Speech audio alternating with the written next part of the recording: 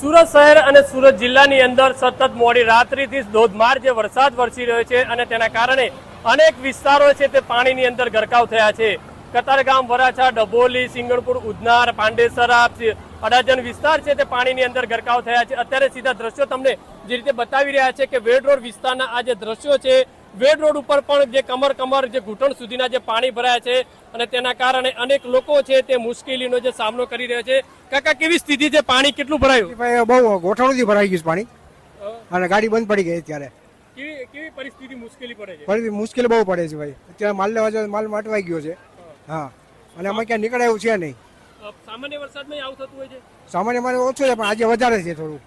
જે રીતે જોઈ શકાય છે કે લોકો છે ભારે મુશ્કેલીનો જે સામનો છે તે કરવો પડી રહ્યો છે. ચારે તરફ છે તે બસ જોઈ શકાય છે કે સ્કૂલની જે બસ છે તે ફસાઈ છે.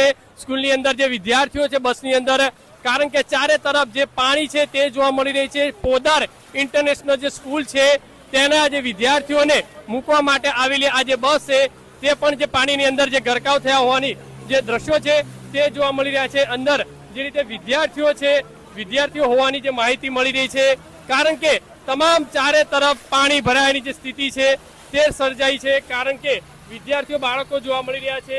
મહત્વની વસ્તુ છે જે રીતે સ્કૂલમાંથી રજા આપી છે. હા સર. તો ક્યાંથી આવો છો?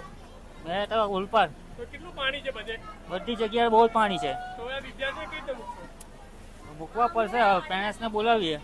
જે રીતે સીધા દ્રશ્યો જે રીતે જોઈ શકાય છે કે જે બાળકો છે, જે આ સ્કૂલ છે, સ્કૂલ વાન જે બસ છે, બસની અંદર જે વાલીઓ જે છે રાહ જોઈ રહ્યા છે અને બીજી બાજુ સ્કૂલે જે વિદ્યાર્થીઓને જે છોડી મૂક્યા છે, રજા જાહેર કરી છે, ત્યારે ચારે તરફની અંદર આ બસ છે તે કંઈક ફસાઈ હોવાની જે માહિતી છે તે મળી રહી છે. સીધા દ્રશ્યો જે રીતે જોવા મળી રહ્યા છે.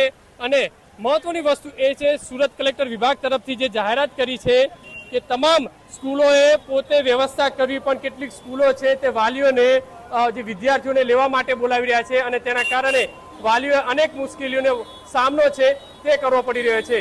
કેમેરામેન સંજય ચંડેલ સાથે બલદેવ સુથાર, TV9 સુરત.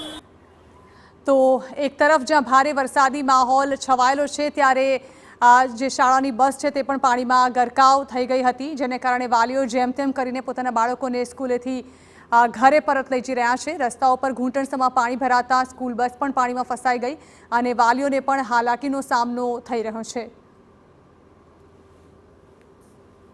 સુરત શહેરની અંદર વહેલી સવારથી સતત જે વરસાદ પડી રહ્યો છે ત્યારે ચારે બાજુ પાણી જેવી સ્થિતિ છે તે સર્જાઈ છે.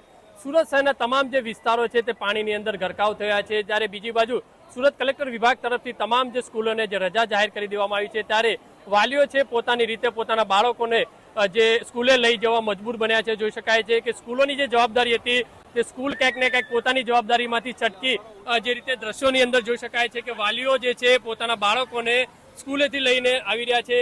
જે રીતે સીધા દ્રશ્યો જે રીતે જોવા મળી રહ્યા છે કે જે રીતે ઘૂંટણ સુધીના જે પાણીની અંદર જે વાલીઓ છે પોતાના બાળકોને સ્કૂલેથી લઈને લેવા મજબૂર થયા છે. કારણ કે સુરત કલેક્ટર વિભાગ તરફથી જે રજા જાહેર કરી છે. બેન, ક્યાંથી આવો છો? અહીંયા સ્કૂલેથી? હા, ટ્યુશન માંથી લેવા ગયા હતા. ટ્યુશનમાં લેવા ગયા હતા. કેટલું પાણી ભરાયું છે? ઘણું વધારે છે પાણી. દર વર્ષે પાણી ભરાય છે? હા હા, કેટલી મુશ્કેલી પડતી હોય છે? બહુ મુશ્કેલી પડે છે. છોકરા એકલા રહે એટલે પછી બીક લાગે ને. દર વર્ષે બેન પાણી ભરાય? હા, દર વર્ષે ભરાય. દર વર્ષે પાણી ભરાય. જે રીતે દ્રશ્યોની અંદર જોઈ શકાય છે કે બાળકોને ઘૂંટણ સુધીના જે પાણી, કમર સુધીના જે પાણીની અંદર લઈ જવા જે મજબૂર બની રહ્યા છે. કારણ કે ચારે તરફ તમામ જે રોડ રસ્તાઓ છે તે પાણી ભરાય છે. પાણી ભરાયની જે સ્થિતિ છે તે અહીંયા સર્જાઈ છે. સ્થાનિક લોકો છે તેમની સાથે જે જોઈ શકાય છે કે લોકો છે જે પોતાના કામ અર્થે અહીંયા નીકળ્યા છે, કે લોકો પોતાના બાળકોને જે સ્કૂલે જે લેવા જાય છે. સીધા દ્રશ્યો તમને જે રીતે અહીંયા જે બતાવી રહ્યા છે જોઈ શકાય. નાના બાળકો છે જે પાણીની અંદરથી જે પસાર થતા નજરે પડી રહ્યા છે. ક્યાંથી આવો છો ભાઈ? સિંગપુર 4 રસ્તાથી આવી છે, અક્ષરદીપ માંથી. અને અક્ષરદીપમાં બી પાણી. આ છોકરાને લેવા નીલકંઠ સ્કૂલમાં. શું કીધું? સ્કૂલ વાળા મૂકવા નહીં આવ્યા? ના, નહીં આવ્યા કે તમારે ત્યાં લઈ જાઓ. રિક્ષા આવે એમ આવી શકે એમ નથી. તો કેટલું પાણી ભરાયું છે? કમર સુધી ભરાઈ ગયું છે. સ્કૂલમાં બી પાણી હતું? હા, સ્કૂલની બહાર બી પાણી હતું, કમર સુધી બી ભરાઈ ગયું. કાકા, ક્યાંથી આવો? કેવી સ્થિતિ? બાળકોને લેવા ગયા ત્યાં પરેશાન થઈ ગયા યાર અમે તો.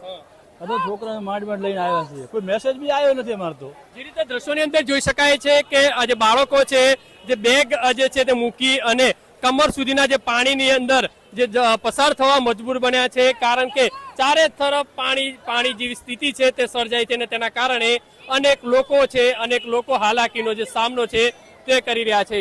કેમેરામેન સંજય ચંડેલ સાથે બલદેવ સુથાર, TV9 સુરત.